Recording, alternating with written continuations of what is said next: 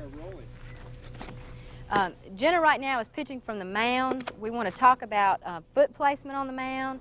And she's also throwing to a catcher, which is something that they shouldn't do probably for a month after they start these techniques.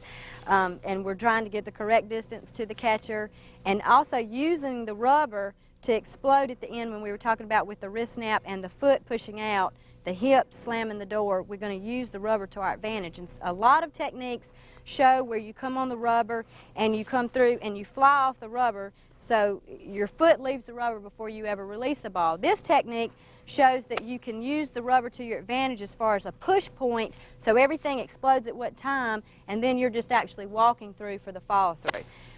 So what we're going to do, since Jenna is a right-handed pitcher, she's going to put her right foot in the front and her back left toe will be on the back of the rubber. I suggest that both feet start on the rubber because a lot of rules around the United States state that you should have both feet on the rubber. So that way there's no question of whether they're doing the proper technique.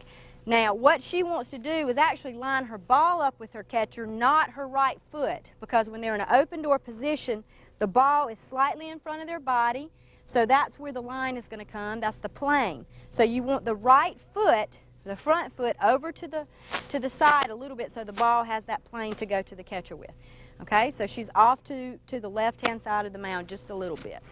Okay, so she's going to rock back. Good.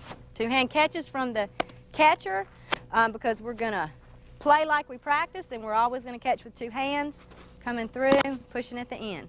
Now you'll notice after she follows through, or after she snaps the ball, she follows through with the shooting the gun, keeping her weight back and press and coming through. Okay? Two-hand catches. Let's try it again.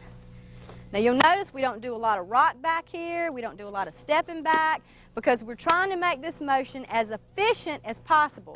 Because sometimes in a tournament, a pitcher may have to pitch 2 or 3 games in a day. And with this technique, she should be able to do that, or he should be able to do that, because you're conserving energy. The only thing you're doing, and it's a little misconceiving for a batter too, which is a good thing, because she doesn't look like she's putting a lot of effort, and then right when she releases the ball, that's when the explosion occurs and it jumps to the batter. So a lot of times it's very misconceiving for the batter. You'll notice that she doesn't take a really big step because she shouldn't be pulling, because it's all a push. It's all momentum, and when she gets here, she snaps. Good. A couple more. The more relaxed your pitcher is, the faster she'll throw the ball. Because when those muscles are nervous, they're contracted, and then she can't get the snap that she needs or the speed of her arm. So you want them as relaxed as possible. The harder they try to throw a lot of times, the worse it gets. And if she releases at that hip every time, it's going to be a strike. They never, ever compromise speed for the technique.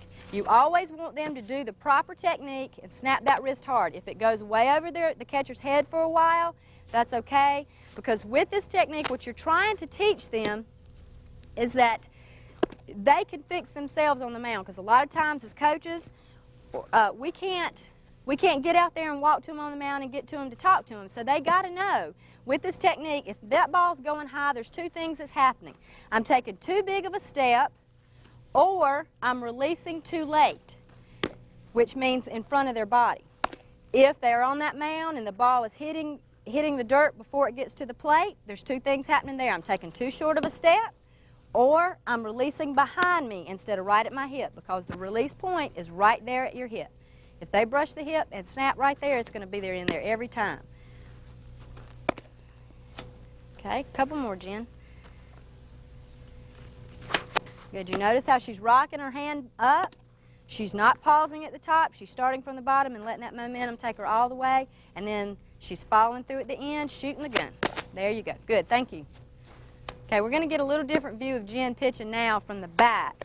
This, again, is a view you want to start looking at because you want to make sure that she's in her plane. You notice the ball went to the right a little bit there. That could have just been from turning her wrist, or it could have been from not stepping in a straight line. You'll have a problem sometimes with new pitchers trying to step with that front foot to the left or to the right just across their body. So you want to make sure that they're stepping straight. Something you can do is draw a line from the mound, from their front foot, just straight out. Jen, hold on just a minute. You can draw a line from their front foot, if she had her front foot there, draw it out, and then that way that they have an idea that they should be stepping on that line, because a lot of times they'll step this way, which makes the ball go over, or step this way, it'll make the ball go to the right. So if you're having that problem, then that's what you need to do is draw a line, okay? But this is the angle that you can see that she's doing that. Good. Now all of these are just automatic pitches. This is what we call the automatic pitch, just the technique itself.